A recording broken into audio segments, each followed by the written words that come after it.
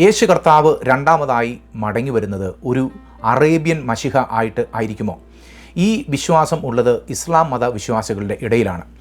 ചില ഇസ്ലാം മത വിശ്വാസികളുടെ പഠിപ്പീര് അനുസരിച്ച് യേശു ക്രിസ്തു മടങ്ങി വരുന്നത് ദമാസ്കസിൽ നിന്നാണ്. ഇപ്പോൾ ആഭ്യന്തര യുദ്ധം വളരെ ശക്തമായി നടന്നുകൊണ്ടിരിക്കുന്ന സിറിയയിൽ നിന്ന്, ദമാസ്കസിൽ നിന്നാണ് യേശു കർത്താവ് ഈ ഭൂമിയിൽ രണ്ടാമത് വാഴുന്നതിനു വേണ്ടി ഒരു മശിഹയായി മടങ്ങി വരുവാൻ പോകുന്നത്. ആ രീതിയിൽ യേശുവിനെ ഒരു അറേബ്യൻ മശിഹയായിട്ട് രണ്ടാമത്തെ വരവിൽ ആ വിശ്വാസം അത് ചിത്രീകരിക്കുന്നതായി നമുക്ക് കാണുവാൻ സാധ്യമായി തീരുന്നുണ്ട്.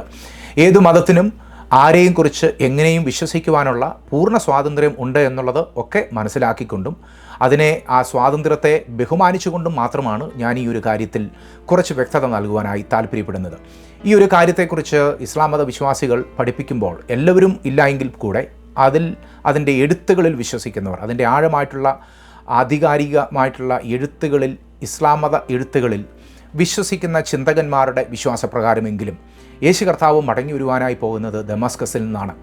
ആ ദമാസ്കസിൽ നിന്നാണ് യേശു വരുവാൻ പോകുന്നത് എന്നുള്ളതിൻ്റെ അടിസ്ഥാനമായി ബൈബിളിലെ തന്നെ ഒരു വാക്യത്തെ, അതിനെ പിന്താങ്ങുന്നതിന് വേണ്ടി ആ ഒരു വാക്യത്തെ ഉപയോഗിച്ചിരിക്കുന്നു എന്നുള്ളത് നമുക്ക് മനസ്സിലാവുന്നുണ്ട്.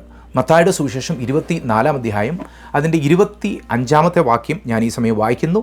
ഈ ഒരു വാക്യത്തിൻ്റെ അടിസ്ഥാനത്തിലാണ് യേശു കർത്താവിൻ്റെ രണ്ടാമത്തെ വരവ് ദമസ്കസിൽ നിന്നായിരിക്കും, അല്ലെങ്കിൽ കിഴക്ക് നിന്നായിരിക്കും, ഈസ്റ്റേൺ സൈഡ് അല്ലെങ്കിൽ കിഴക്ക് ദിശയിൽ നിന്നും, ഇസ്രയേലിൻ്റെ കിഴക്ക് നിന്നായിരിക്കും. അത് ദമസ്കോസ് എന്നുള്ളത് വ്യക്തമായി ഇസ്ലാം മത വിശ്വാസികൾ അത് പഠിക്കുകയും അതിനെ വിശ്വസിക്കുകയും ചെയ്യുന്നു. ഞാൻ ആ വാക്യം ബൈബിളിൻ്റെ അടിസ്ഥാനത്തിലുള്ളത് ഞാൻ ഈ സമയം വായിച്ച് കേൾപ്പിക്കാം. മത്തായിയുടെ സുവിശേഷം 24-ാം അധ്യായം 25-ാമത്തെ വാക്യം മുതലുള്ള ചില വാക്യങ്ങളാണ്. ഓർത്തുകൊള്ളുകയും, ഞാൻ മുൻപ് കൂട്ടി നിങ്ങളോട് പറഞ്ഞിരിക്കുന്നു. ആകയാൽ നിങ്ങളോട് അതാ അവൻ മരുഭൂമിയിൽ എന്ന് പറഞ്ഞാൽ പുറപ്പെടരുത്, ഇതാ അറകളിലെന്ന് പറഞ്ഞാൽ വിശ്വസിക്കരുത്. മിന്നൽ കിഴക്ക് നിന്ന് പുറപ്പെട്ട് പടിഞ്ഞാറോളം വിളങ്ങും പോലെ മനുഷ്യപുത്രൻ്റെ വരവാകും. ഇവിടെ കിഴക്ക് നിന്ന് പുറപ്പെടുന്ന ഒരു മിന്നൽ പടിഞ്ഞാറേക്ക് വരുന്ന ആ ഒരു ദിശയെ അവിടെ പ്രതിപാദിച്ചിരിക്കുന്നതിനാൽ ഈ വാക്യത്തിൻ്റെ അടിസ്ഥാനത്തിലാണ് പ്രധാനമായും ആ ഒരു വ്യാഖ്യാനം അല്ലെങ്കിൽ ആ ഒരു കൺസെപ്റ്റ് ബൈബിളിലുണ്ട് എന്നുള്ളത് ഈ ഇങ്ങനെയുള്ള ചിന്തകൾ പഠിപ്പിക്കുന്നവർ അത് പറയുന്നത്, അതിനെ കൂടുതൽ ആധികാരികമാകുന്നതിന് വേണ്ടി പറയുന്നത്. For as lightning that comes from the east is visible even in the west, so will be the coming of the son of man. അതായത് കിഴക്ക് ഉണ്ടാകുന്ന ആ ഒരു മിന്നൽ പടിഞ്ഞാറ് കാണുന്നത് പോലെ യേശു കർത്താവിൻ്റെ വരവ് അത് വ്യക്തമായി എല്ലാവർക്കും കാണുവാൻ സാധ്യമായി തീരും. അപ്പോൾ കിഴക്ക് നിന്ന് യേശു കർത്താവ് പുറപ്പെട്ട്, പ്രത്യേകിച്ച് ഇപ്പോൾ ആഭ്യന്തര കലഹം നടക്കുന്ന ദമാസ്കസിൽ നിന്ന്, അവിടെയുള്ള ഒരു മോസ്കിൽ നിന്ന് പുറപ്പെട്ട് യേശു കർത്താവ് യഹൂദ ദേശത്തെ, ഇസ്രയേലിനെ ലക്ഷ്യമാക്കി വരികയും അതുമാത്രമല്ല പാശ്ചാത്യ ശക്തികളോട് അവിടെ ഒരു യുദ്ധം നടക്കുകയും യേശു കർത്താവിൻ്റെ നേതൃത്വത്തിൽ തന്നെ ആ യുദ്ധത്തെ കീഴ്പ്പെടുത്തുവാൻ സാധ്യമായി തീരുന്നു എന്നുള്ള ഒരു ചിന്താഗതിയാണ് ഈ ഒരു വിശ്വാസത്തിൽ നിലവിലുള്ളത്. പഴയ നിയമം എന്ന് പറയുന്നതിൻ്റെ ഒരു എക്സ്പയറി ഡേറ്റ് യഹൂദന്മാരോടുള്ള ബന്ധത്തിൽ സംഭവിക്കുവാനായി പോവുകയാണ്. പഴയ നിയമം ഇനി ഒരിക്കലും യഹൂദന്മാരോടുള്ള ബന്ധത്തിൽ നിലനിൽക്കുന്നില്ല. ഇനിയൊരു പുതിയ നിയമം യേശു കർത്താവ് സ്ഥാപിക്കുന്നത് ദമാസ്കസിൽ നിന്നാണ് എന്നുള്ളൊരു ചിന്തയാണ് ഇതിൻ്റെ പുറകിലുള്ളത്. യേശു കർത്താവ് മാത്രമല്ല ദമസ്കസിലെ മോസ്കിൽ നിന്ന് വരുന്നത്, എന്നാൽ മെഹദി എന്ന് പറയുന്ന ഒരു നേതാവും ആ യേശു കർത്താവിനോട് കൂടെ ഉണ്ടായിരിക്കും. യേശു കർത്താവിൻ്റെ കൂടെ തന്നെ നിന്നുകൊണ്ട് പരിപൂർണമായിട്ടുള്ള നിയമം സ്ഥാപിക്കുവാനും ശത്രുക്കളെ നിഗ്രഹിക്കുന്നതിന് വേണ്ടി മെഹദി എന്നുള്ളൊരു നേതാവും ആ സമയം യേശുവിനോട് കൂടെ ഉണ്ടാകും എന്നുള്ള ഒരു വിശ്വാസം നിലനിൽക്കുന്നു. അൽ മസി അദ് ദജാൻ എന്ന് പറഞ്ഞാൽ ഒരു ഫോൾസ് മസായ അല്ലെങ്കിൽ തെറ്റിദ്ധരിപ്പിക്കുന്ന ഒരു മശിഹയുടെ ഒരു വെളിപ്പാട് ഇതിന് തൊട്ട് മുൻപുണ്ടാകുമെന്നും ഈ ഒരു വിശ്വാസം പഠിപ്പിക്കുന്നുണ്ട്. മെഹദിയുടെ വെളിപ്പാടിനോടുള്ള ഈ ഒരു പശ്ചാത്തലത്തിൽ ഒരു 3 ദിവസത്തെ യുദ്ധത്തെക്കുറിച്ച് പറയുന്നുണ്ട്. ടർക്കിയുടെ പ്രധാനപ്പെട്ട നഗരമായ ഇൻസ്റ്റാൻബുൾ കീഴടക്കിയതിനു ശേഷം, മറ്റ് പാശ്ചാത്യ ശക്തികളെ തോൽപ്പിച്ചതിന് ശേഷം സിറിയ ആസ്ഥാനമായി മെഹദിയുടെ വാഴ്ച അവിടെ പഠിപ്പിക്കുന്ന ഒരു വസ്തുതയാണ്. മെഹദിയുടെ നേതൃത്വത്തിൽ നടക്കുന്ന 3 ദിവസത്തെ യുദ്ധം, അതിനോടുള്ള ബന്ധത്തിലുള്ള പാശ്ചാത്യരുടെ തോൽവി, ഇതിനോടൊക്കെ ഉള്ള ബന്ധത്തിൽ തന്നെ ഒരു 40 ദിവസത്തെ എതിർ ക്രിസ്തുവിൻ്റെ യുദ്ധത്തെയും നമുക്ക് അവിടെ കാണുവാനും സാധ്യമായി തീരുന്നുണ്ട്. 40 ദിവസത്തെ ആ യുദ്ധമെന്ന് പറയുന്നത് 40 ദിവസത്തിൻ്റെ ഒന്നാമത്തെ ദിവസം 1 വർഷമാണ്, അതിൻ്റെ രണ്ടാമത്തെ ദിവസം 1 മാസമാണ്, മൂന്നാമത്തെ ദിവസമെന്ന് പറയുന്നത് 1 ആഴ്ചയാണ്. അങ്ങനെ അതിനുശേഷമുള്ള 37 ദിവസങ്ങളായി തന്നെ നിൽക്കുന്നു. അതിൻ്റെ അവസാനമാണ് യേശു ക്രിസ്തു സിറിയയിൽ ദമാസ്കസിൽ മശിഹയായി വരുന്നത്, എതിർ ക്രിസ്തുവിനെ തോൽപ്പിക്കുന്നതിന് വേണ്ടി വരുന്നത് എന്നുള്ള ഒരു ചിന്താഗതിയാണ് നമുക്കവിടെ കാണുവാൻ സാധ്യമായി തീരുന്നത്. എതിർ ക്രിസ്തുവിനെ അല്ലെങ്കിൽ തെറ്റിദ്ധരിപ്പിക്കുന്ന മശിഹയെ യഹൂദന്മാർ കൈക്കൊള്ളുകയും അതിനുശേഷം ആ എതിർ ക്രിസ്തു സകലത്തെയും തകർത്ത് ദമാസ്കസിലേക്ക് വരുന്ന ആ ഒരു സമയത്ത്, സിറിയയിലേക്ക് വരുന്ന സമയത്ത് യേശു ക്രിസ്തു വന്ന് എതിർ ക്രിസ്തുവിനെ തോൽപ്പിക്കുന്ന ആ ഒരു ചിത്രം അവിടെ പറയപ്പെടുകയാണ്. എതിർ ക്രിസ്തു സിറിയയെ ലക്ഷ്യം വെച്ചുകൊണ്ട് വരുന്ന ആ വരവിൽ യേശു ക്രിസ്തുവും മെഹദിയും ഒരുമിച്ച് ചേർന്ന് ഒരു യുദ്ധം നയിക്കുകയും യേശു ക്രിസ്തു തന്നെ ഒരു കുന്തം വെച്ച് എതിർ ക്രിസ്തുവിനെ, അല്ലെങ്കിൽ ഫോൾസ് ആൻറ്റൈ ക്രൈസ്റ്റിനെ, ഫോൾസ് ആയിട്ടുള്ള മശിഹയെ കൊന്ന് ആ എതിർ ക്രിസ്തുവിൻ്റെ ചരിത്രം അവസാനിപ്പിക്കുന്ന ആ ഒരു കാഴ്ചയാണ് ഇസ്ലാമിക വിശ്വാസത്തിൽ ചിലരെങ്കിലും വിശ്വസിക്കുന്നത്, പഠിക്കുന്നത്. നമ്മൾ ഈ ഒരു കൺസെപ്റ്റിൻ്റെ, ഈ ഒരു ചിന്താഗതിയുടെ, ഈ ഒരു വിശ്വാസത്തിൻ്റെ വ്യക്തത ബൈബിളിൻ്റെ അടിസ്ഥാനത്തിൽ പഠിക്കേണ്ടതായിട്ടുണ്ട്. ബൈബിളിനെ വ്യാഖ്യാനിക്കുന്ന ഒരു രീതിയുണ്ട്. ബൈബിളിൻ്റെ ഓരോ വാക്യങ്ങളും ഇതിൻ്റെ മുൻപിലുള്ള പ്രവചനങ്ങളുമായി, വരുവാനുള്ള പ്രവചനങ്ങളുമായി വളരെ ബന്ധിച്ച് കിടക്കുന്ന ഒരു പുസ്തകമാണ് ബൈബിൾ. ബൈബിളിലെ ഒരു വാക്യം മാത്രമെടുത്ത് ഒരു ചിന്താഗതി ഞങ്ങളാരും അത് വ്യാഖ്യാന രീതിയിൽ അതിനെ വിശ്വാസ പ്രമാണമായി അല്ലെങ്കിൽ ഒരു വിശ്വാസമായി ഞങ്ങൾ സ്വീകരിക്കാറില്ല. ഒരു വാക്യം എടുത്താൽ ആ വാക്യത്തിന് അതിനെ ഒത്തുപോകുന്ന, ബൈബിളിൻ്റെ ആദ്യത്തെ വാക്യം മുതൽ അവസാനത്തെ വാക്യം വരെ കോർത്തിണങ്ങി പോകുന്ന ആ ഒരു രീതിയിൽ ഒരു വാക്യം അത് ഒത്തിണങ്ങി വന്നുവെങ്കിൽ മാത്രമേ ആ വാക്യത്തെ ഒരു വിശ്വാസമായി, അത് ഇപ്പോഴുള്ള കാര്യങ്ങളിലാണെങ്കിലും വരുവാനുള്ള കാര്യങ്ങളിലാണെങ്കിലും ഞങ്ങൾ വിശ്വസിക്കുകയും പഠിപ്പിക്കുകയും ചെയ്യുകയുള്ളൂ. അതുകൊണ്ട് തന്നെ മത്തായിയുടെ സുവിശേഷം 24-ാമത്തെ അധ്യായത്തിൽ പറഞ്ഞിട്ടുള്ള കിഴക്ക് നിന്ന് പടിഞ്ഞാറേക്ക് വരുന്ന ഒരു മിന്നൽ പോലെ എന്നുള്ളൊരു വാക്യത്തിൻ്റെ അടിസ്ഥാനത്തിൽ മാത്രം യേശു കർത്താവ് ദമസ്കസിൽ നിന്നാണ് വരുന്നത് എന്നുള്ള ഒരു വിശ്വാസം പഠിപ്പിക്കുകയോ വിശ്വസിക്കുകയോ ചെയ്യുവാൻ ഇപ്പോഴത്തെ അവസ്ഥയിൽ ബൈബിൾ പഠിക്കുന്നൊരു വ്യക്തി എന്നുള്ള നിലയിൽ അത് അസാധ്യമാണ് എന്നുള്ളത് തന്നെ ആദ്യമേ എനിക്ക് പറയേണ്ടതായി വരും. മറ്റൊരു വാക്യം കൂടെ കിഴക്ക് നിന്ന് യേശു കർത്താവ് വരും എന്നുള്ളതിനെ അടിസ്ഥാനപ്പെടുത്തി, അല്ലെങ്കിൽ അതിനെ വിശ്വസിപ്പിക്കുന്നതിന് വേണ്ടി വിശ്വസിക്കുവാനായി ഉപയോഗിച്ചിട്ടുണ്ട്. യെശയ്യാവിൻ്റെ പുസ്തകത്തിൽ 46-ാം അധ്യായം അതിൻ്റെ 11-ാമത്തെ വാക്യം ഞാൻ വായിക്കുവാനായി താല്പര്യപ്പെടുകയാണ്. ഞാൻ കിഴക്ക് നിന്ന് ഒരു റാഞ്ചൽ പക്ഷിയെ, ആ ദേശത്തു നിന്ന് എൻ്റെ ആലോചനയെ അനുഷ്ഠിക്കുന്ന ഒരു പുരുഷനെ തന്നെ വിളിക്കുന്നു എന്നുള്ളൊരു വാക്യമാണ് നമുക്കവിടെ കാണുവാൻ സാധ്യമായി തീരുന്നത്. ഇവിടെ യെശയ്യാ പ്രവാചകന്റെ പുസ്തകം 46-ാം അധ്യായം അതിൻ്റെ 11-ാമത്തെ വാക്യത്തിൽ വായിച്ച ഈ വേദപുസ്തകം, ഈ വേദഭാഗം എഴുതിയ സമയത്ത് ഒരു ചരിത്ര സംഭവത്തിൻ്റെ അടിസ്ഥാനത്തിലാണ് എഴുതിയിരിക്കുന്നത്. ആ ചരിത്ര സംഭവം എന്ന് പറയുന്ന യഹൂദന്മാർ ബാബിലോണിൽ 70 വർഷം അവർ അടിമകളായി പോയ ഒരു സമയമുണ്ട്. ബാബിലോണിയ സാമ്രാജ്യം വന്ന് അവരെ കൂട്ടിക്കൊണ്ടുപോയ ഒരു സാമ്രാജ്യമുണ്ട്. 70-ാമത്തെ വർഷം അവർക്ക് ഒരു വിടുതലുണ്ടാവുകയാണ്. അവർക്ക് സ്വദേശത്തേക്ക് മടങ്ങി വരുവാനുള്ള ഒരു വാഗ്ദത്തം ഉണ്ടാവുകയാണ്. ആ വാഗ്ദത്തത്തിൻ്റെ നിവൃത്തി ഉണ്ടാവുകയാണ്.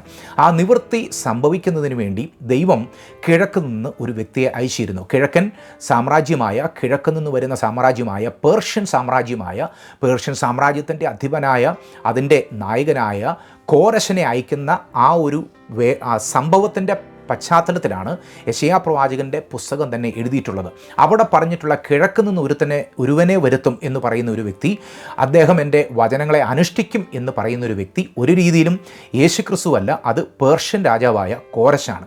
അങ്ങനെ ഒരു ചരിത്ര സംഭവം നടന്നു കഴിഞ്ഞ ഒരു സംഭവമാണ്.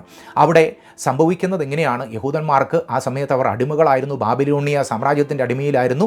എന്നാൽ ബാബിലോണിയ സാമ്രാജ്യത്തെ വന്ന് കിഴക്കൻ സാമ്രാജ്യമായ പേർഷ്യൻ സാമ്രാജ്യം കീഴടക്കുകയും പേർഷ്യൻ സാമ്രാജ്യത്തിൻ്റെ അധിപതി ആയിരുന്ന കോരശ് യഹൂദന്മാർക്ക് അവരുടെ സ്വദേശത്തേക്ക് മടങ്ങി പോകുന്നതിന് വേണ്ടിയും അവർക്ക് ദേവാലയം പണിയുന്നതിന് വേണ്ടിയുള്ള അനുമതി നൽകുന്ന ഒരു ചിത്രമാണ് നമുക്കവിടെ കാണുവാൻ സാധ്യമായി തീരുന്നത്. പ്രവാചകനായ യെശയ്യാവ് അത് പ്രാവചനികമായി എഴുതിയെങ്കിലും അത് ചരിത്രത്തിൽ സംഭവിച്ച കഴിഞ്ഞ കാര്യമാണ്. കിഴക്ക് നിന്ന് യഹൂദന്മാരുടെ രക്ഷയ്ക്ക് വേണ്ടിയാണ് വരുന്നത്. അത് യഹൂദന്മാരെ തകർക്കുന്നതിന് വേണ്ടിയല്ല വരുന്നത്.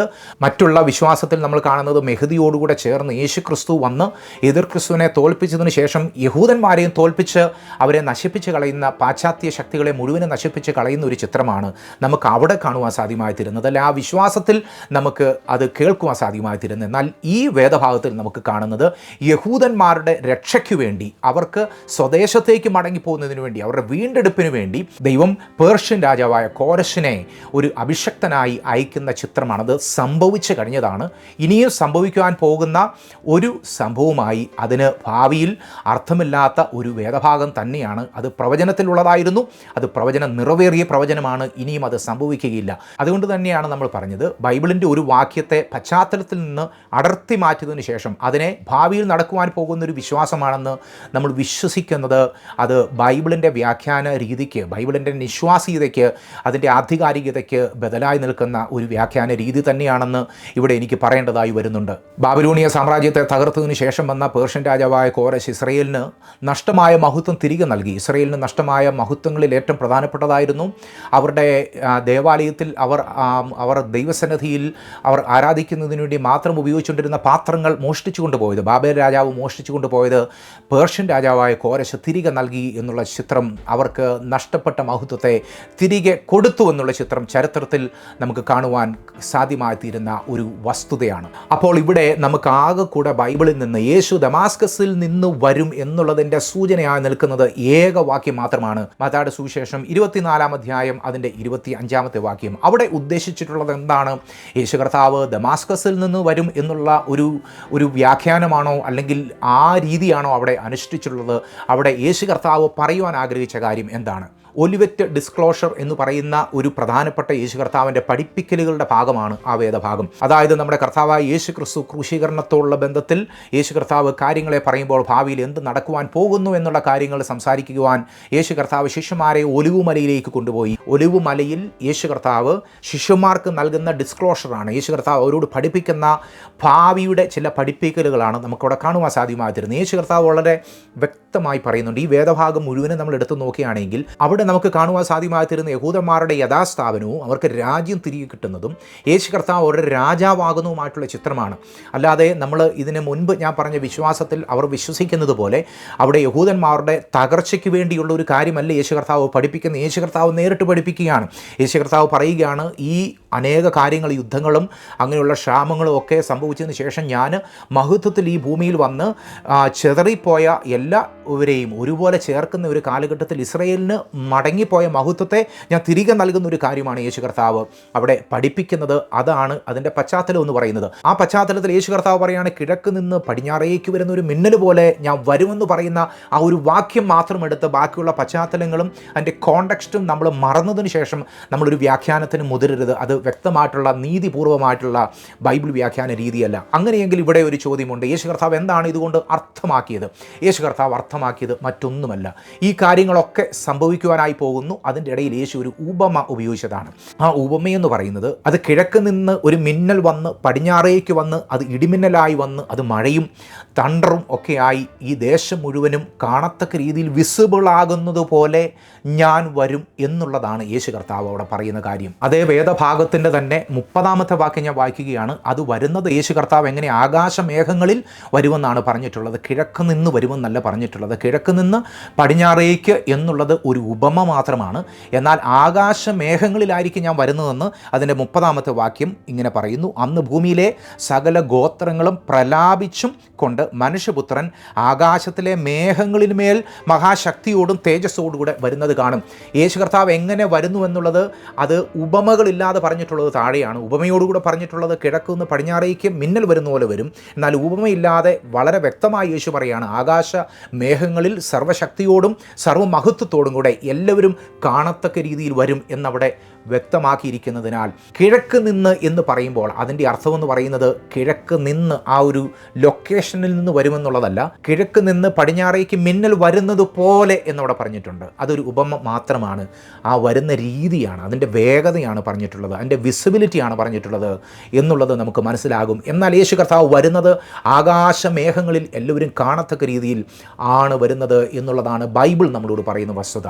ഇവിടെ നമ്മൾ കാണുന്ന മറ്റൊരു പശ്ചാത്തലമുണ്ട്. യേശു കർത്താവ് ആണ് ഞാനെന്ന് പറഞ്ഞുകൊണ്ട് അനേക കള്ളക്രിസ്തുകൾ വരുന്ന ഒരു കാലഘട്ടത്തെക്കുറിച്ചാണ് യേശു കർത്താവ് പറയുന്നത്. യേശു കർത്താവാണ് ഞാനെന്ന് പറഞ്ഞുകൊണ്ട് ഒത്തിരി പേര് വരും. ഒത്തിരി പേര് വന്ന് ഒത്തിരി അടയാളങ്ങളും അത്ഭുതങ്ങളൊക്കെ കാണിച്ചുകൊണ്ട് വരുവാനുള്ള മശിഹ ഞാനാണെന്ന് പറഞ്ഞുകൊണ്ട് യേശു കർത്താവിൻ്റെ ആ ഒരു വാഗ്ദത്ത മശിഹ, ആ വാഗ്ദത്തത്തെ അവർ അനുകരിക്കുവാനായി ശ്രമിക്കുമ്പോൾ യേശു പറയുകയാണ്, ഞാൻ വരുന്നത് ആരും കാണാതെ ആർക്കും കാണാൻ പറ്റാത്ത രീതിയിൽ രഹസ്യമായി ഏതെങ്കിലും ഒരു രാജ്യത്തു നിന്നോ രഹസ്യമായി എന്തെങ്കിലും ഒരു സ്ഥലത്തു നിന്നോ അല്ല ഞാൻ വരുവാൻ പോകുന്നു. ഒരു മലയിൽ നിന്നോ ഒരു ഗുഹയിൽ നിന്നോ അല്ല ഞാൻ വരുവാനായി പോകുന്നത്. എന്നാൽ ഞാൻ വരുവാനായി പോകുന്നത് പൂർണ്ണമായും സകലരും കാണത്തക്ക രീതിയിലാണ് വരുന്നത്. അതായത് നിങ്ങൾ എൻ്റെ വരവ് കണ്ടിട്ടില്ലെന്നുണ്ടെങ്കിൽ അത് ഞാനല്ല എന്നുള്ളതാണ് യേശു കർത്താവ് പറയുന്ന കാര്യം. അപ്പോൾ യേശു കർത്താവിൻ്റെ രൂപവും യേശു കർത്താവിൻ്റെ ഭാവവും ശുശ്രൂഷയും അനുകരിച്ചുകൊണ്ട് ഒത്തിരി പേര് നടക്കുകയാണ്. എന്നാൽ അവരൊക്കെ എവിടെ നിന്നാണ് വന്നതെന്ന് എല്ലാവർക്കും അറിയാം. എന്നാൽ യേശു കർത്താവ് പറയുകയാണ്, ഞാൻ എന്നുള്ള മശിഹ ഈ ഭൂമിയിൽ എൻ്റെ സിംഹാസനത്തെ തീർക്കുന്നതിന് വേണ്ടി വരുമ്പോൾ അത് എവിടെയെങ്കിലും മറഞ്ഞിരുന്നതിന് ശേഷം വരികയല്ല ചെയ്യുന്നത്. ഒന്നാമത്തെ യേശു കർത്താവിൻ്റെ വെളിപ്പാടെന്ന് പറയുന്നത് തീർച്ചയായും തീർച്ചയായിട്ടും ബേത്ലഹേമിൽ ജനിച്ചു. യേശു കർത്താവ് നസ്രയത്തിൽ വളർന്നു, യെരുശലേമിലും യഹൂദയിലുമൊക്കെ ശുശ്രൂഷ ചെയ്തു.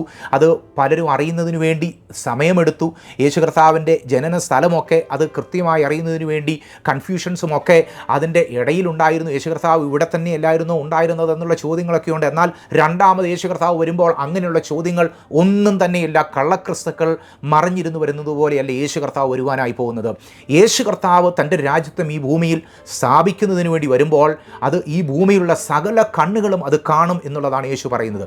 യേശു പറഞ്ഞ മറ്റൊരു കാര്യമെന്ന് പറയുന്നത്, അല്ലെങ്കിൽ മറ്റൊരു അർത്ഥമെന്ന് പറയും, നിങ്ങൾ അത് കണ്ടില്ലെന്നുണ്ടെങ്കിൽ വന്നിരിക്കുന്നത് ഞാനല്ല എന്നുള്ളതാണ് യേശു കർത്താവ് പറയുന്നത്. എൻ്റെ വരവ് നിങ്ങൾ വ്യക്തമായി കണ്ടിട്ടില്ലെന്നുണ്ടെങ്കിൽ, കിഴക്ക് നിന്ന് ഒരു മിന്നൽ വന്ന് പടിഞ്ഞാറേക്ക് വന്ന് ആ ഭൂമി മുഴുവൻ നിറയുന്നത് പോലെ ഒരു വരവ് നിങ്ങൾ കണ്ടിട്ടില്ലെന്നുണ്ടെങ്കിൽ വന്നിരിക്കുന്നത് ഞാനല്ല എന്നുള്ളതാണ് യേശു കർത്താവോടെ അർത്ഥമാക്കിയിരിക്കുന്ന കാര്യം. അപ്പോൾ യേശു കർത്താവിൻ്റെ വരവിൻ്റെ ലൊക്കേഷനല്ല യേശു കർത്താവോടെ ഉദ്ദേശിക്കുന്നത്, വരവിൻ്റെ രീതിയാണ് യേശു കർത്താവ് അവിടെ ഉദ്ദേശിച്ചിരിക്കുന്നത്. യേശു കർത്താവിൻ്റെ രണ്ടാമത്തെ വരവെന്ന് പറയുന്നത് ഈ ഭൂമിയിൽ സംഭവിക്കുവാനായി പോവുകയാണ്. അത് സകലരും കാണുവാനായി പോവുകയാണ്. കിഴക്ക് നിന്ന് പടിഞ്ഞാറേക്ക് മിന്നൽ വന്ന് ആ ദേശം മുഴുവനും നിറയ്ക്കുന്നത് പോലെ യേശു കർത്താവിൻ്റെ വരവ് ഈ ഭൂമിയിൽ സംഭവിക്കുവാനായി പോവുകയാണ്. കാനഡയിലുള്ളവരും അത് കാണും, ഇന്ത്യയിലുള്ളവരും അത് കാണും, മലയിലുള്ളവരും അത് കാണും, താഴ്വാരത്തിലിരിക്കുന്നവരും ഗുഹയിലിരിക്കുന്നവരും കാണും, അത് രോഗിയായിരിക്കുന്നവരും കാണും, ആശുപത്രിയിൽ കിടക്കുന്നവരും കാണും, സ്വതന്ത്രമായി വെളിയിലായിരിക്കുന്നവരും കാണും, കൊയ്യുന്നവരും കാണും, കറ്റ കൂട്ടിവെക്കുന്നവരും കാണും.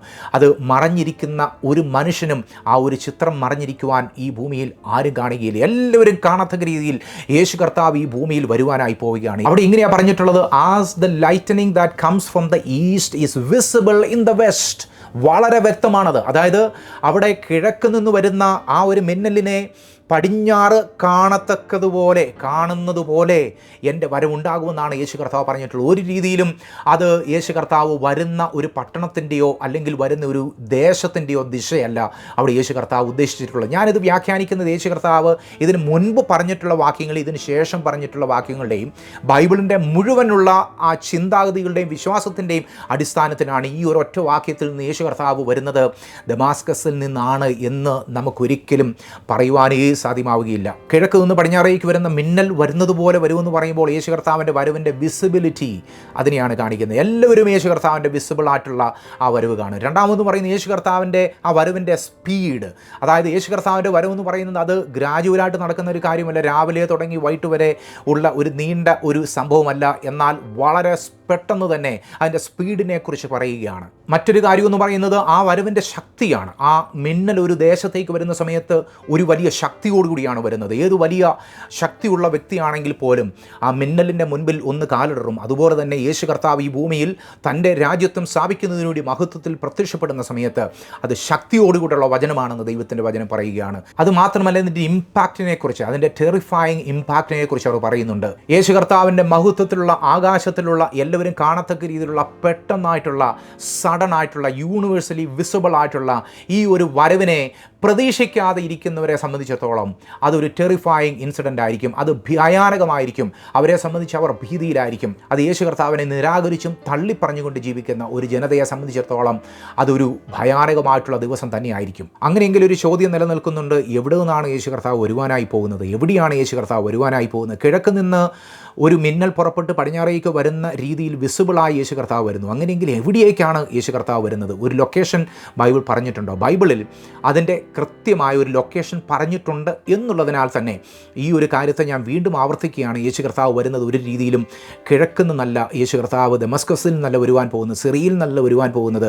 യേശു കർത്താവ് ആകാശമേഘങ്ങളിൽ എല്ലാവരും കാണുക ഈ ഭൂമിയിലേക്ക് വരുന്ന സമയത്ത് യേശു കർത്താവ് വരുന്ന ലൊക്കേഷൻ സക്രിയ പ്രവാചകൻ്റെ പുസ്തകം 14-ാം അധ്യായം അതിൻ്റെ 2-ാമത്തെ വാക്യത്തിൽ പറഞ്ഞിട്ടുണ്ട്. അവിടെ ഇങ്ങനെയാണ് പറഞ്ഞിട്ടുള്ളത്, അവർ നിന്റെ നടുവിൽ വെച്ച് നിന്റെ കൊള്ള വിഭാഗിക്കാനുള്ള യഹോവയുടെ ഒരു ദിവസം വരുന്നു. ഞാൻ സകല ജാതികളെയും യെരുശലേമിനോട് യുദ്ധത്തിനായി കൂട്ടിവരുത്തും. 4-ാമത്തെ വാക്യം ഞാൻ വായിക്കുന്നു, അന്നാളിൽ അവൻ്റെ കാൽ യെരുശലേമിനെതിരെ കിഴക്കുള്ള ഒലിവുമലയിൽ നിൽക്കും. ഒലിവുമല കിഴക്ക് പടിഞ്ഞാറായി നടുവെ പിളർന്നു പോകും. ഏറ്റവും വലിയൊരു താഴ്വര ഉളവായി വരും. മലയുടെ ഒരു പാതി വടക്കോട്ടും മറ്റേ പാതി തെക്കോട്ടും വാങ്ങിപ്പോകും. യേശു കർത്താവ് എവിടെയാണ് തൻ്റെ കാല് വെക്കുന്നതെന്ന് വളരെ വ്യക്തമായി സക്രിയ പ്രവാചകന്റെ പുസ്തകം 14-ാം അധ്യായം അതിൻ്റെ 4-ാമത്തെ വാക്യത്തിൽ പറഞ്ഞിരിക്കുകയാണ്, അന്നാളിൽ അവൻ്റെ കാൽ യെരുശലേമിനെതിരെയുള്ള കിഴക്കുള്ള ഒലിവുമലയിൽ നിൽക്കും. യേശു കർത്താവ് വരുന്ന ഒരു രാജ്യത്തിൻ്റെ വിശാലമായിട്ടുള്ള കാര്യം പോലും അല്ല പറയുന്നത്. ഇവിടെ കൃത്യമായിട്ടുള്ള ലൊക്കേഷനാണ് പറയുന്നത്. യേശു കർത്താവിൻ്റെ മഹത്വത്തിൽ യേശു കർത്താവ് ഈ ഭൂമിയിൽ വരുന്ന സമയത്ത് ആകാശമേഘങ്ങളിൽ ശക്തിയോടുകൂടെ വന്നിറങ്ങുന്നത് ഒലിവുമലയിലായിരിക്കും. അവൻ്റെ കാല് കുത്തുന്ന സ്ഥലം വരെ വിശുദ്ധ വേദപുസ്തകം പറഞ്ഞിട്ടുണ്ട് എന്നുള്ളത് ബൈബിളിൻ്റെ പ്രവചനങ്ങളുടെ വ്യക്തത നമുക്കിവിടെ മനസ്സിലാക്കി തരുന്നൊരു കാര്യമാണ്. യേശു കർത്താവ് ഒലിവുമലയിൽ തൻ്റെ കാല് വെച്ച് ഇറങ്ങുന്ന സമയത്ത് ഒരു വലിയ യുദ്ധമുണ്ടാകും. ആ യുദ്ധമെന്ന് പറയുന്നത് യെരുശലേമിന് 60 മൈൽ നോർത്ത് സ്ഥിതി ചെയ്യുന്ന മെഗ്ദോ എന്നുള്ള താഴ്വരയിലായിരിക്കും. വെളിപ്പാട് പുസ്തകം 16-ാമത്തെ അധ്യായത്തിൽ നമ്മളവിടെ കാണുന്നുണ്ട്. 16-ാമത്തെ വാക്യത്തിൽ യേശു കർത്താവ് ഒലിവുമലയിൽ തൻ്റെ കാല് വെക്കും. എന്നാൽ യുദ്ധം നടക്കുന്ന ലൊക്കേഷൻ എന്ന് പറയുന്നത് മെഗ്ദോ താഴ്വരയിലായിരിക്കും. ആ യുദ്ധത്തിൻ്റെ പേരാണ് ഹർമഗദോൻ എന്നുള്ള യുദ്ധം. വളരെ വ്യക്തമാണ് യേശു കർത്താവിൻ്റെ ആഗമന രീതിയെക്കുറിച്ചും യേശു കർത്താവ് എങ്ങനെയാണ് ആകാശമേഘങ്ങളിൽ വരുന്നതിനെക്കുറിച്ചും എവിടെയാണ് കാലുകുത്തുന്നതിനെക്കുറിച്ചും എവിടെയാണ് യേശു കർത്താവ് മറ്റുള്ള ജാതികളോട് യുദ്ധം ചെയ്യുന്നതിനെക്കുറിച്ചും വളരെ വ്യക്തമായി അത് പഴയ നിയമത്തിലും പുതിയ നിയമത്തിലും നമുക്ക് കാണുവാൻ സാധ്യമായി തീരുന്നുണ്ട്. യേശു വരുന്നത് ഒലിവുമലയിലാണ്.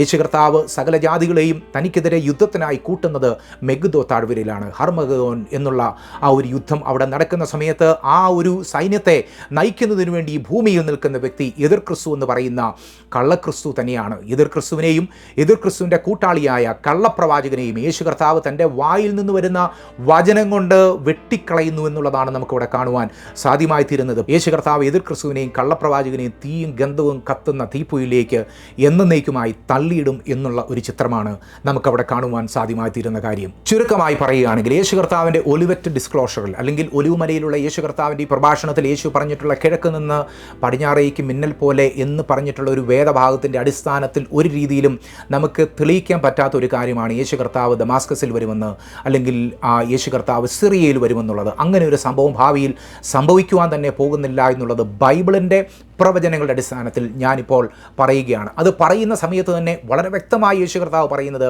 അല്ലെങ്കിൽ പ്രവചനങ്ങൾ പറയുന്നത് യേശു കർത്താവിൻ്റെ കാല് ഒലിവുമലയിൽ തന്നെ യേശു എവിടെ വെച്ച് ഇത് പഠിപ്പിച്ചോ അവിടെ തന്നെ യേശു കർത്താവിൻ്റെ കാല് അവിട്ടും ആ ഒലിവുമല രണ്ടായി പിളർന്നു പോകുമെന്നുള്ളതാണ്. യേശു കർത്താവ് ഇതേ മലയിൽ വെച്ച് തന്നെയാണ് സ്വർഗ്ഗത്തിലേക്ക് കയറിപ്പോയത്. ഒലിവുമലയിൽ വെച്ച് യേശു കർത്താവ് സ്വർഗ്ഗത്തിലേക്ക് കയറിപ്പോയ സമയത്ത് ഒരു ദൂതൻ അവർക്ക് പ്രത്യക്ഷനായി അവരോട് പറഞ്ഞിട്ടുണ്ട്, ഗലീല പുരുഷന്മാരെ, നിങ്ങൾ ഭയപ്പെടുന്നതെന്ന്, നിങ്ങൾ ഇപ്പോൾ സ്വർഗ്ഗത്തിലേക്ക് പോകുന്ന യേശു കർത്താവ് ഒലിവുമലയിൽ വെച്ച് തന്നെ പോയി. അവൻ പോയത് നിങ്ങൾ കണ്ടതുപോലെ തന്നെ അവൻ മടങ്ങി വരുമെന്ന് അവിടെ വ്യക്തമായി അവിടെ പറഞ്ഞ് ആ ഒരു കാര്യത്തെയും ലൊക്കേഷനെയും അവിടെ സാക്ഷ്യപ്പെടുത്തിയിരിക്കുന്നതിനാൽ യേശു കർത്താവിൻ്റെ വരവ് വളരെ വ്യക്തമായി ഭൂമിയിൽ സംഭവിക്കും.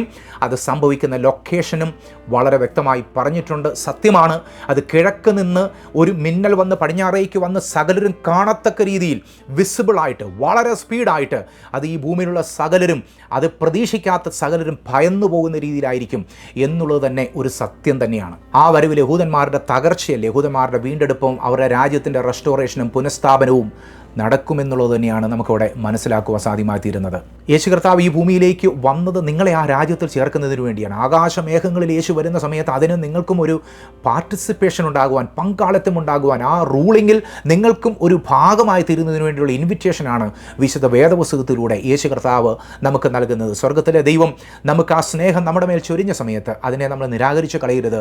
നിങ്ങൾ ചെയ്യേണ്ട ഏക കാര്യമെന്ന് പറയുന്നത് യേശു കർത്താവ് പറഞ്ഞതുപോലെ, ജീവിച്ചിരുന്ന ഈ ഭൂമിയിൽ വെച്ച് എന്നിൽ വിശ്വസിക്കുന്ന ഏവനും മരിച്ചാലും ജീവിക്കും, ഞാൻ തന്നെ വഴിയും സത്യവും ജീവനുമാകുന്നു. യേശുവാണ് പുനരുദ്ധാനം, യേശുവാണ് മരണത്തെ തോൽപ്പിച്ചത്, യേശുവാണ് സകലത്തെയും കീഴടക്കുവാനായി പോകുന്നത്, യേശുവാണ് ഇനിയും ഈ ഭൂമിയുടെ ഭരണം ഏറ്റെടുക്കുവാൻ പോകുന്നത്. യേശു രാജാതിരാജാവാണ്. നിങ്ങൾക്കും ഈ ഒരു ഭരണത്തിൽ ഭാഗമാകണമെന്നുണ്ടെങ്കിൽ, അല്ല യേശുമായി നിങ്ങൾക്കൊരു ബന്ധത്തിലേക്ക് വരണമെന്നുണ്ടെങ്കിൽ, ഈ ദൈവികമായിട്ടുള്ള കുടുംബത്തിൽ നിങ്ങൾക്കും ഒരു അംഗമാകണമെന്നുണ്ടെങ്കിൽ, നിങ്ങൾ ഏത് രാജ്യത്തിരിക്കുന്ന ഒരു വ്യക്തിയാണെങ്കിലും, എത്രയും മറഞ്ഞിരിക്കുന്ന ഒരു വ്യക്തിയാണെങ്കിലും, എത്രയും ക്ഷീണിച്ചിരിക്കുന്ന ഒരു വ്യക്തിയാണെങ്കിലും, ലിംഗവർണ്ണ വംശ വർഗ വ്യത്യാസമില്ലാതെ യേശു കർത്താവ് നിങ്ങളെ വിളിക്കുകയാണ്. ഞാൻ നിങ്ങളുടെ ഹൃദയത്തിൻ്റെ വാതിൽക്കൽ വന്ന് കൊട്ടുന്ന സമയത്ത് ആ ഹൃദയത്തെ ഒന്ന് തുറന്നു തരാമോ? എന്നെ നിങ്ങളുടെ ഉള്ളിലേക്കൊന്ന് സ്വീകരിക്കാമോ? നിങ്ങളൊരു പാപിയാണെന്ന് അംഗീകരിച്ചുകൊണ്ട് പാപത്തിൻ്റെ രക്ഷ നൽകുന്ന എന്നെ നിങ്ങളുടെ ഹൃദയത്തിലേക്ക് സ്വീകരിക്കുകയാണെങ്കിൽ ഞാൻ നിങ്ങളോട് കൂടെ എന്നും എന്നേക്കും വാഴുമെന്ന് യേശു കർത്താവ് പറയുകയാണ്. ഞാൻ നിങ്ങൾക്ക് വേണ്ടി ഒരു നിമിഷം പ്രാർത്ഥിക്കുവാനായി താല്പര്യപ്പെടുകയാണ്. മുൻവിധികളൊന്നുമല്ലാതെ ഈ ദൈവസ്നേഹം അനുഭവിക്കുന്നതിന് വേണ്ടി നിങ്ങളുടെ ജീവിതത്തെ ഒന്ന് സമർപ്പിച്ചു കൊടുക്കുക. ഞങ്ങളെ സ്നേഹിക്കുന്നവനായ സ്വർഗീയ പിതാവേ, അങ്ങയുടെ സ്നേഹത്തിലേക്ക് ഞങ്ങളെ ഒരിക്കൽ കൂടെ വിളിച്ചതിനായി സ്തോത്രം. അങ്ങയുടെ പുത്രനും എൻ്റെ പാപത്തിനു വേണ്ടി വരിച്ച യേശു കർത്താവിന് എൻ്റെ ഹൃദയത്തിലേക്ക് എൻ്റെ രക്ഷകനും കർത്താവുമായി ഞാൻ സ്വീകരിക്കുകയാണ്. ഇനി മുന്നോട്ടുള്ള എൻ്റെ ജീവിതം അങ്ങയുടെ നാമമഹത്വത്തിനു വേണ്ടി ജീവിക്കുവാൻ ഞാൻ എന്നെ തന്നെ സമർപ്പിക്കുകയാണ്. അങ്ങ് മഹത്വത്തിൽ ഈ ഭൂമിയിൽ വരുന്ന സ്വർഗീയ പദ്ധതിയെ ഒരിക്കൽ കൂടെ കേൾക്കുവാൻ അങ്ങ് എൻ്റെ ജീവിതത്തിൽ ഭാഗ്യം നൽകിയല്ലോ. അങ്ങയുടെ രാജ്യത്തിൽ എന്നെയും ചേർക്കുവാനായി എൻ്റെ ജീവിതത്തെ അങ്ങയുടെ സന്നിധിയിൽ സമർപ്പിക്കുന്നു. അങ്ങയുടെ ഒരു മകനായി മകളായി ജീവിക്കുവാൻ എങ്ങനെ സഹായിക്കണമേ. അങ്ങനെ പ്രാർത്ഥന കേട്ടതിനായി സ്തോത്രം. യേശുവിൻ്റെ നാമത്തിൽ തന്നെ ആമേൻ.